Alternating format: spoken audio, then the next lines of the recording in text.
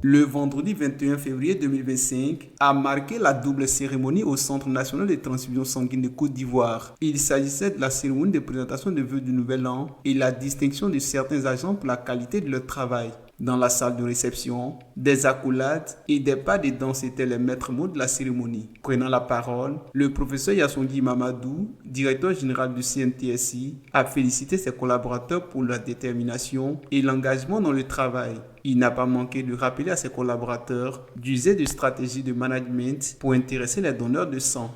Il faut que vous sachiez que le cœur du management, ce sont les hommes. Si vous voulez être un bon manager, il faut placer l'homme au cœur de votre stratégie, de votre politique. Et donc nous avons décidé donc de faire avec cette maxime-là, que sans homme, il n'y a pas de management. Mais en même temps, il s'agit de créer de l'émulation dans l'ensemble du personnel.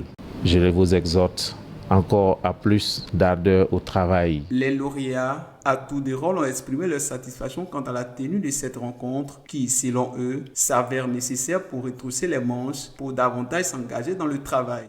Mes sentiments pour cette journée, c'est le sentiment de fierté et de reconnaissance à l'endroit de la direction générale et surtout de son premier responsable, le professeur Mamadou Yassongui. Et je dédie ce prix à mes collègues, à mes collaborateurs et surtout à ma famille qui a supporté pendant toutes ces années les absences pour le travail. Je pense que c'est à juste titre que nous recevons avec fierté et joie ce prix.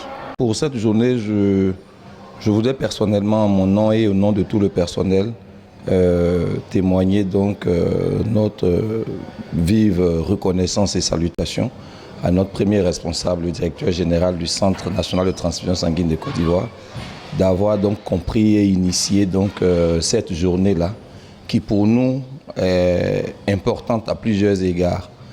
Il s'agit non seulement de faire le bilan de l'année écoulée, de l'année 2024, voir ensemble ce qui a marché et ce qui n'a pas marché, et ensemble jeter donc les bases ou voir les perspectives de l'année à venir, l'année 2025. Cette activité nous a permis donc de prélever plus de 1300 poches pour un nouveau centre qui vient à peine de commencer. Un an après, faire ce chiffre, pour nous, c'est satisfaisant. Mais nous n'allons pas nous arrêter là.